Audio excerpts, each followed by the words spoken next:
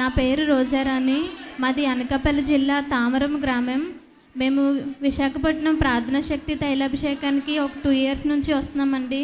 రీసెంట్గా నాకు మా డాడీకి మా మమ్మీకి ముడుకుల నొప్పి బయలుదేరింది. అయితే నేను చాలా ప్రార్థన చేసుకున్నాం. మేము చాలా మందులు కూడా వాడాము, తగ్గలేదు. ఒకరోజు రెండో లక్షవారి ఇక్కడికి ప్రార్థనకు వస్తామనగా బుధవారం రాత్రి ప్రార్థన చేసుకొని పడుకున్నానండి. ఆ రాత్రి ఇస్సాకాయ గారు లాగా నా దగ్గరకు వచ్చి ఇదే బలిపీఠం మీద నాతో పాటు ప్రార్థన చెయ్యమ్మా అని చెప్పి నా చెయ్యి పట్టుకొని ఆయన బలిపీఠం ఎక్కించారు. నెక్స్ట్ నేను లక్షవారి ఇక్కడికి ప్రార్థనకు వచ్చాను. అసలు కిందన కూర్చోలేకపోయేదాన్ని. అలాంటిది ఆ రోజు నుంచి కూడా నాకు ముడుకుల నొప్పి తగ్గిందండి.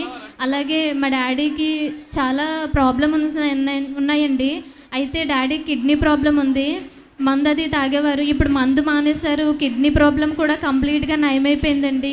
చాలా డబ్బులు ఖర్చు పెట్టాలనుకున్నాం, కానీ దేవుడు తక్కువ మందులతోనే మా డాడీని స్వస్థపరిచారు, మంచి ఆరోగ్యం ఇచ్చారు. చిన్న సాక్ష్యం దేవుడు దీవించి ఆశీర్వదించును గాక.